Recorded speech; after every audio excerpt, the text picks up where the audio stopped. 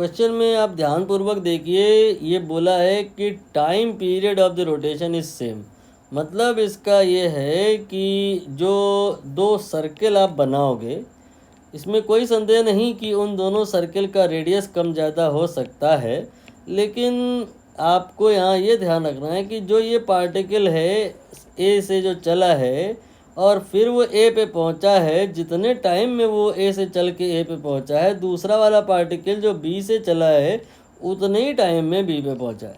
Both the particle here taken same time, but निश्चित तौर पे आप समझ पा रहे होगे कि डिस्टेंस दोनों ने तो सेम नहीं चली है। टाइम t1 दोनों का जो है, t2 जो दोनों का है, t1 t2 जो दोनों हैं वो बराबर हैं। डिस्टेंस दोनों की जो है s1 s2 वो बराबर नहीं है, सो v1 v2 we can say कि बराबर नहीं होंगे। मैं कह रहा हूँ कि दोनों यहाँ से समझ आ रहा है सेम स्पीड पे ट्रेवल नहीं कर रहे होंगे। भाई जो दूसरा वाला सर्किल है वो बड़े आकार का है, तो उसका रेडियस ज़्यादा है, उस वहाँ पे ज़्यादा डिस्टेंस तरनी है, तो ज़्यादा डिस्टेंस जिसको चलनी है तो वहाँ पे उसको ज़्यादा स्पीड बना के चलनी पड़ेगी। तो ज़्यादा कौन वाली स्पीड, यहाँ बात v1 v2 की हो रही थी ना, तो वो तो लीनियर स्पीड है। यहाँ लीनियर स्पीड पूछ भी नहीं की है, यहाँ पूछे एंगुलर स्पीड का रेशियो बताओ। तो एंगुलर स्पीड के लिए फॉर्मूला होता है v बराबर आर ओमेगा। अब यहाँ से v का एक तो हम काम कर सकते हैं कि रेशियो निकाल लें या v की वैल्यू निकाल लें और r की वैल्यू निकाल लें, वहाँ से ओमेगा को समझ लें कि बराबर आएगा, कम आएगा, ज़्यादा आएगा। लेकिन इतना कॉम्प्लेक्स क्यों करें? ओमेगा का जो रियल डेफिनीशन होता है हम पहले उस पर बात करेंगे। v और ओमेगा के बीच की जो रिलेशन होती है उस पर हम लोग बाद में बात करते हैं। ओमेगा का जो डेफिनीशन होता है रियल में वो ये होता है कि जब कोई चीज़ घूम रही होती है, पहली बात तो तब बात करेंगे। तो जो चीज़ अगर घूम रही होती है तो कितने टाइम में कितना घूम रही है, यही एंगुलर स्पीड है।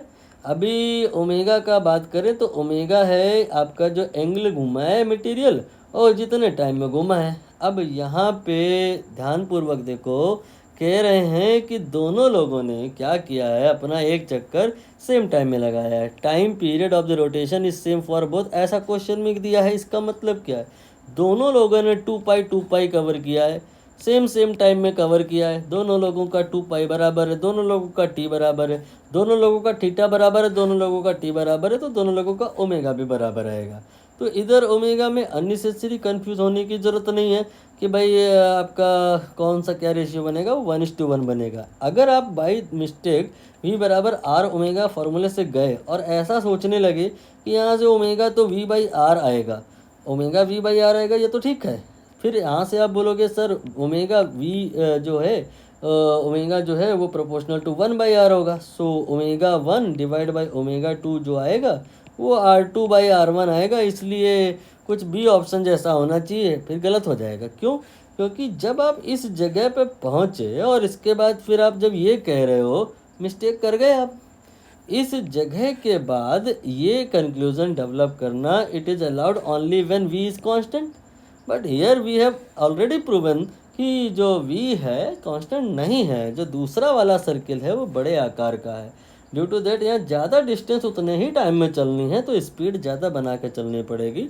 तो v दोनों ही केस में सेम ना होने के चलते omega directly proportional to 1/r सोच लेना ये नाइंसाफ़ी है, ये गलत है। इसलिए हम यहाँ पर इस फार्मूले का या इस फार्मूले का यूज़ करेंगे ही नहीं। तो यूज़ किसका करेंगे? That is very standard, omega बराबर θ/t।